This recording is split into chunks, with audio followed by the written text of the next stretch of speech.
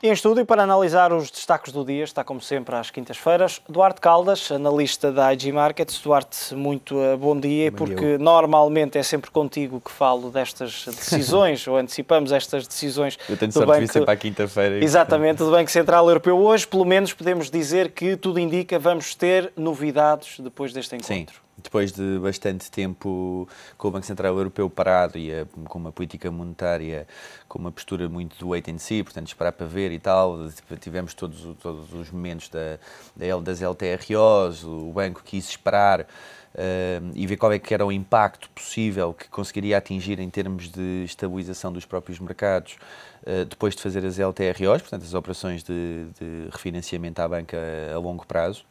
E, portanto, julgo que nos últimos meses, especialmente nos últimos 3, 4 meses, as coisas mudaram e o banco já devia ter visto, e já devia ter chegado a essa conclusão, especialmente nos últimos 3 meses, que a atividade económica está com um abrandamento que é notório.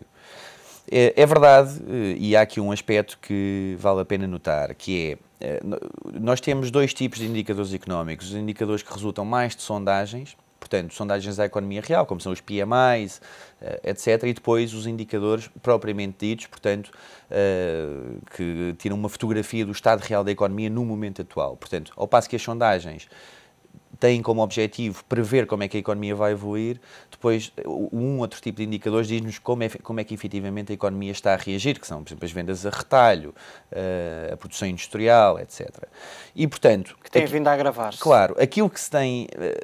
Não é bem isso que se tem vindo a passar. Aquilo que se tem vindo a passar é mais uma dinâmica que é um pouco estranha, que é, nós temos visto que os indicadores, os forward indicators, portanto, os indicadores de sondagens, os PMIs e tal, têm vindo a piorar muito mais do que depois, na realidade, essa informação é confirmada pelos indicadores da economia real.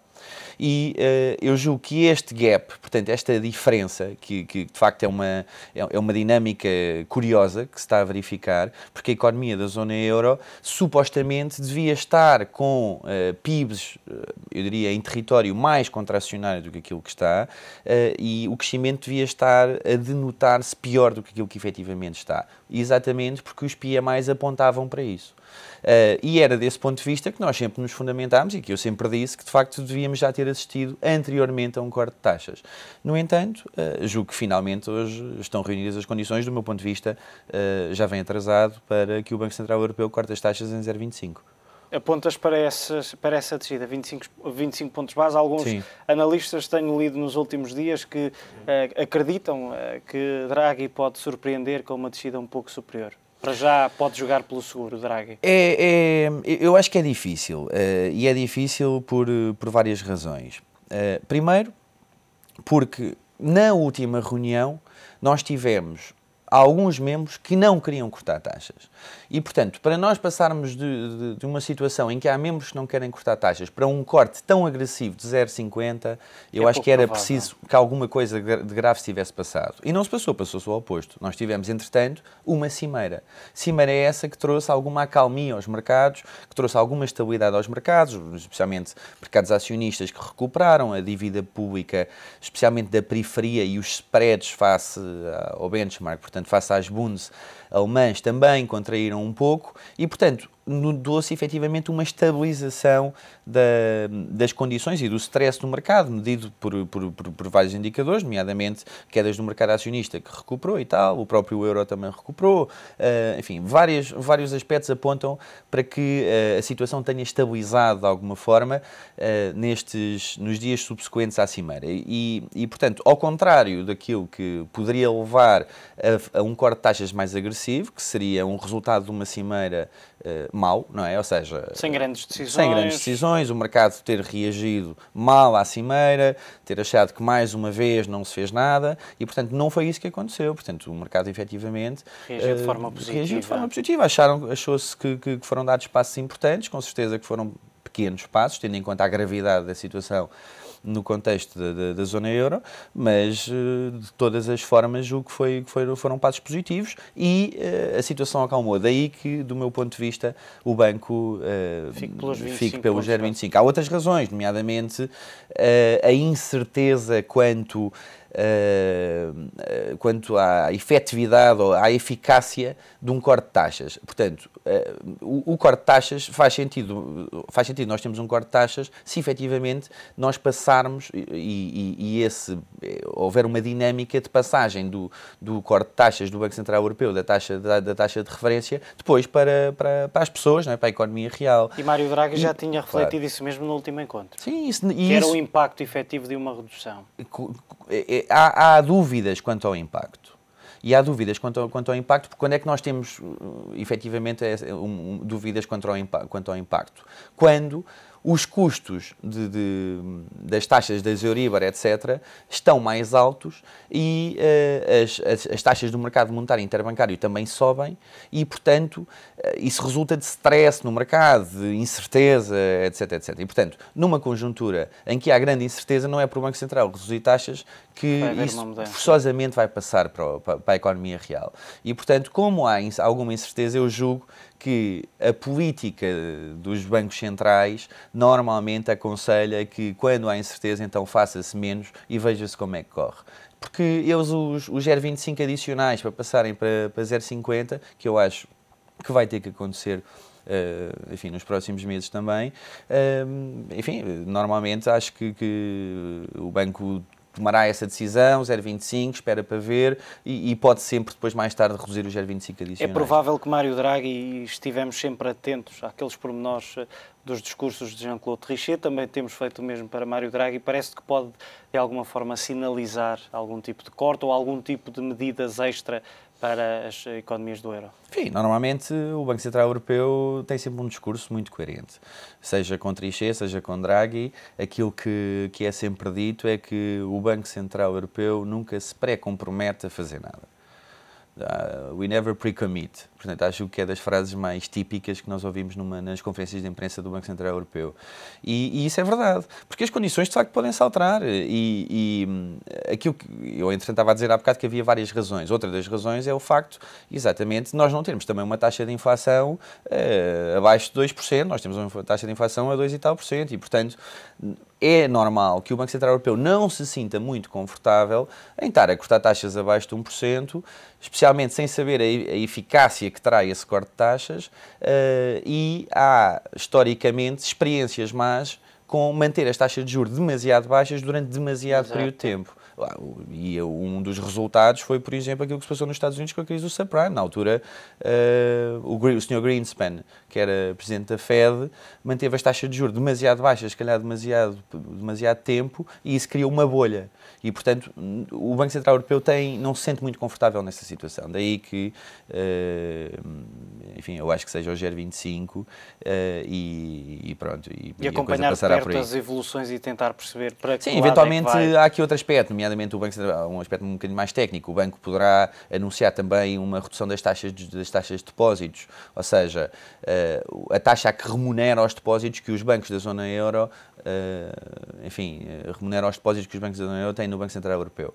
Portanto, neste momento está em 0,25, portanto, pode eventualmente passar para 0, não acredito que o faça. Acho que vamos assistir a um corte marginal dessa taxa de depósitos, mas poderia também ser mais uma mensagem positiva no sentido de estimular o mercado monetário interbancário, que os bancos emprestem uns nos outros, porque, como é supostamente conhecido, os bancos continuam a ter grande dificuldade em confiar uns nos outros.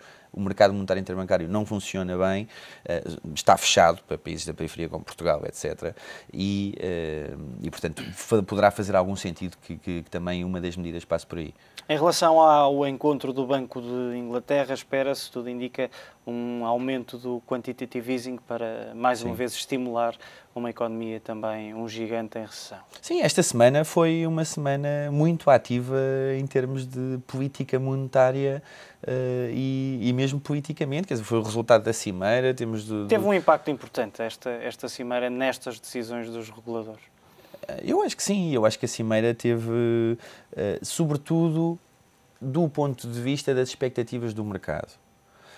Ou seja, se nós tivéssemos tido uma cimeira pior, eu julgo que, por exemplo, relativamente à tua pergunta do Banco de Inglaterra, nós, em vez de assistirmos a um aumento do quantitative easing, por exemplo, em 50 mil milhões de libras, poderíamos estar a falar de um aumento de 75 mil milhões de libras. Portanto, seria tudo mais agressivo e, eventualmente, o próprio Banco Central Europeu, caso o mercado tivesse passado por uma situação de grande stress, poderia cortar as taxas mais agressivamente. Portanto, desse ponto de vista, julgo que a Cimeira teve um resultado positivo, ou seja, permite aos bancos centrais terem uma política monetária, com certeza, mais expansiva, no sentido em que vão estimular adicionalmente a economia, ou vão tentar estimular adicionalmente a economia, o Banco Central Europeu por via do corte de taxas, o Banco de Inglaterra por um quantitative easing 3, mas que será mais pequeno do que aquele que poderia eventualmente ser. Portanto, desse ponto de vista, julgo que a Cimeira teve resultados positivos. O Banco de Inglaterra é uma situação um bocado parecida com o Banco Central Europeu. Portanto, analogamente, o que é que sucede? A votação anterior foi 5-4, a favor de manter o montante de compra de dívidas. Portanto, a taxa mantém-se no 0,50, quer dizer, não há mudanças. Não há mudança. É um bocado indiferente passar de 0,50 para 0,25, quer dizer, a coisa não me parece que vai passar por aí, apesar de poder acontecer. Mas julgo que está sempre associado ao quantitative easing e ao montante que vai ser usado ou que vai ser anunciado para novas compras de dívida. E aí, a situação é um bocado parecida com o Banco Central Europeu do ponto de vista da votação. Quer dizer, nós tivemos 5 membros que não quiseram e 4 membros que apoiaram compras de dívida. No entanto, dos 4 membros, nem todos quiseram aumentar em 50 mil milhões.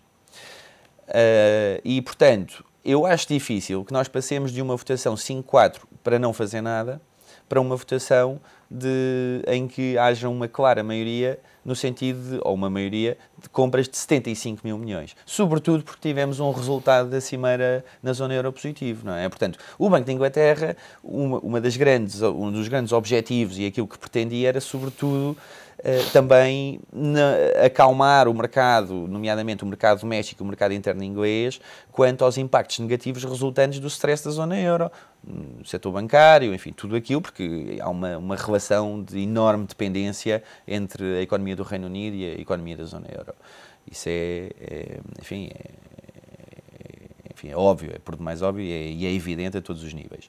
E, portanto, aquilo que o Banco de Inglaterra pretendia era, sobretudo, talvez amenizar um bocadinho o impacto na própria economia resultante do stress da zona euro, daí que eu acho que vamos assistir a compras de dívida novas na casa dos 50 mil milhões. Acho que 75 mil milhões seria muito mais agressivo e seria aquilo que poderíamos assistir caso a Cimeira não tivesse corrido bem e o mercado tivesse agora em novo período de stress, e não é isso que está a verificar. Duarte, já aqui falaste nesse assunto, os mercados reagiram finalmente de forma positiva a esta Cimeira, sim, ao anúncio das principais medidas, alguns acordos estabelecidos ou pré-acordos.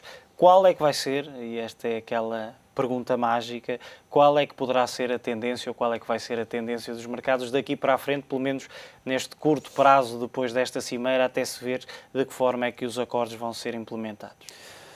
Enfim, eu tenho muita dificuldade em responder a essa pergunta. Eu acho que, tecnicamente, e se nós olharmos para um gráfico, nós temos uma tendência negativa e vimos que a maioria dos índices quebrou uma parte ascendente do canal. Portanto, tecnicamente, julgo que nós tivemos um sinal de compra.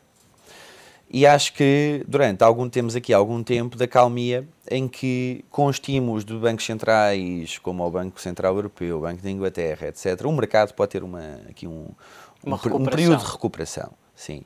Se me perguntar, mas a situação está completamente resolvida? Não, não está. Não está. Temos a situação da Grécia. A situação da Grécia vai outra vez dar que falar, inevitavelmente. A Grécia não tem dinheiro, a Grécia quer renegociar, não há predisposição por parte dos credores para renegociar. Christine Lagarde dizia que no outro dia não está com disposição nenhuma para negociar. E, portanto, a Grécia não pode pedir nem mais tempo nem mais dinheiro. E a Grécia não cumpriu nada do que aquilo que disse. E, portanto, não cumpriu nada do que disse, nada do que assinou, portanto, a Grécia vai ficar novamente sem dinheiro e vai precisar de dinheiro adicional, dinheiro esse que os credores não vão estar dispostos a dar e, portanto, não sei como é que esta situação se vai resolver. Eu acho que o FMI pode mesmo chegar ao ponto de dizer eu não empresto mais dinheiro a estes senhores porque estes senhores não fazem nada do que aquilo com que se comprometem, portanto, não vou estar a tirar dinheiro para um poço sem fundo. E, nesse caso, depois a União Europeia pode fazer uma de duas coisas. Ou continuar a apoiar unilateralmente, sem o FMI, ou, que eu acho que é muito difícil, mesmo justificar politicamente ao eleitorado alemão, o eleitorado francês, enfim, já nem vou falar do eleitorado finlandês, ou eleitorado holandês, que, enfim, os finlandeses e os holandeses são os mais do contra estes bailouts e contra esta solidariedade na Europa, estão sempre a pedir colateral adicional, etc. Enfim, e, portanto, esta questão da Grécia vai voltar a dar que falar. Temos uma Espanha a financiar-se cada vez mais cara. A verdade é essa, ou seja, não estamos a assistir de uma forma a uma alteração de tendência de forma sustentada das yields de Espanha e de Itália. E, portanto, só quando nós assistirmos a uma inversão de tendência e nós virmos que as yields de Espanha e de Itália estão, de facto, estão a cair, e isso é sinal que volta a haver um apetite por dívida espanhola e italiana, é que eu acho que nós podemos estar a respirar de alívio. E não é isso que se está a verificar neste momento. E, portanto, sim, senhora Cimeira deu-se alguns passos positivos, mas foram passos... Mas já ainda não são suficientes. Passos positivos, mas não foram passos, do meu ponto de vista, que tenham alterado de forma tão drástica o status quo das coisas e, a partir de agora, vai ser sempre a subir. Acho que não, acho que podemos ter agora aqui algumas semanas em que o mercado pode ter alguma performance positiva, mas... eu acho que tudo vai depender também do evoluir da situação. Continuamos sempre a poder olhar só no curto prazo e não no médio e longo prazo. Eu julgo que ainda estamos aí. Duarte, muito obrigado pela tua análise. Duarte Caldas, da lista da AG Markets. Altura para um curto intervalo. Não sai daí.